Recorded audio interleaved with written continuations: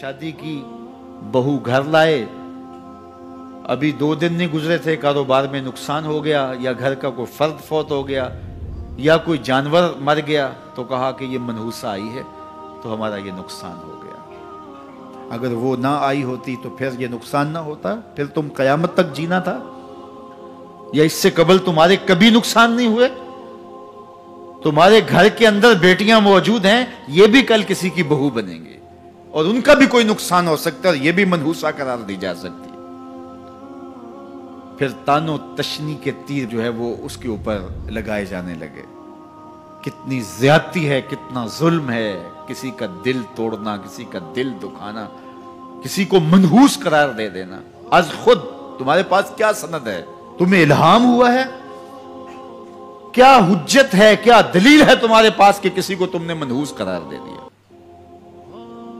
कितना मक्कार है इंसान, अपनी बदआमालियों को, अपनी नीयत के खोट को, अपनी नीयत की कोताहियों को, अपनी सुस्तियों को, अपने अमल की कमियों को दूसरे के ऊपर मढ़ देता है। कारोबार तूने सही नहीं किया, नुकसान हो गया। सुबह 12 बजे उठ के तू घर से जा रहा है और नुकसान हो गया। तूने 2 नंबर माल बेचा, आज पकड़ा गया और नुकसान हो गया। तुमने टैक्स नहीं दिया, तुमने ज़कात नहीं दी, तुमने दरवाजे पे खड़े हुए साइल को झिड़का, नुकसान हो गया। ये तुम्हारे पाप हैं जो मुसीबत बन के तुम्हारे सामने आते हैं। ये तुम्हारी बेतदबीरियां हैं, तुम्हारी नाहिकमतियां हैं, ये तुम्हारी बेएहतियातियां हैं, ये तुम्हारा तकब्बुर है, ये तुम्हारा गुरूर है, ये तुम्हारा उजब है, ये तुम्हारी रियाकारी है, ये तुम्हारी खयानत है, ये तुम्हारी धोखाबाजी है, ये तुम्हारे कल्ब के अंदर छुपी हुई नफरत है जो आज तुम्हें मुसीबत बन के जिसका सामना करना पड़ रहा है। ये तुम्हारे अंदर के ऐब हैं जो मुजस्सम होकर तुम्हारे सामने आए। अल्लाह ताला ने कुरान मजीद में इरशाद फरमाया, वमा असाबकुम मिन मुसीबा फबिमा कसबत ऐदीकुम। जो तुम्हारे ऊपर मुसीबत आती है वो तुम्हारी अपनी करतूतों की वजह से आती है। बीमारी आई तुम्हारे परहेज ना करने की वजह से आई, बीमारी आई तुम्हारा ज्यादा खा लेने की वजह से आई, बीमारी आई तुम्हारा नामुनासिब गजा लेने की वजह से आई, बीमारी आई वक्त पे सोए नहीं, वक्त पे उठे नहीं, तुमने किसी से ज्यादती की। बीमारी तुम्हारी बदआमालियों की सजा है। मुसीबत का आना, तकलीफ का आना तुम्हारी बदआमालियों की सजा है। और मनहूसा ये खानदान की खातून है,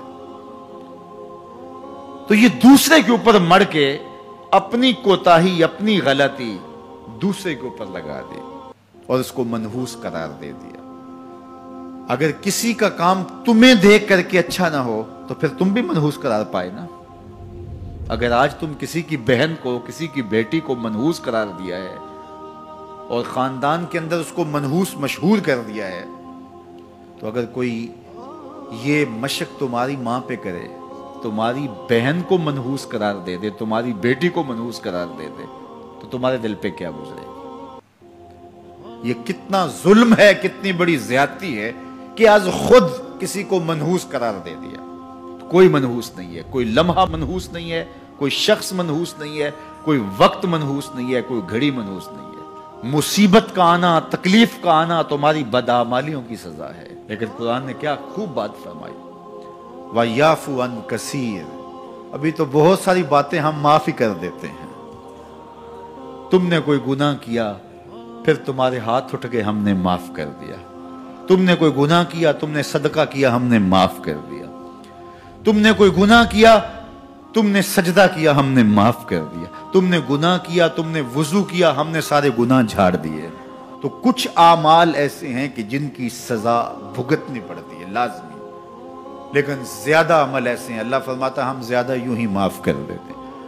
और अगर हम सारे माफ ना करें तुम चल ही ना सको, जिंदगी तुम्हारी गुजरे ही ना, इतनी मुसीबतें तुम्हारे ऊपर टूट पड़े, लेकिन तुम वो मनहूसा को करार दे के अपने ऊपर से टाल रहे हो। फलां मनहूसा इसलिए ये सब कुछ हो रहा है, फलां ने तावीज डाल दी।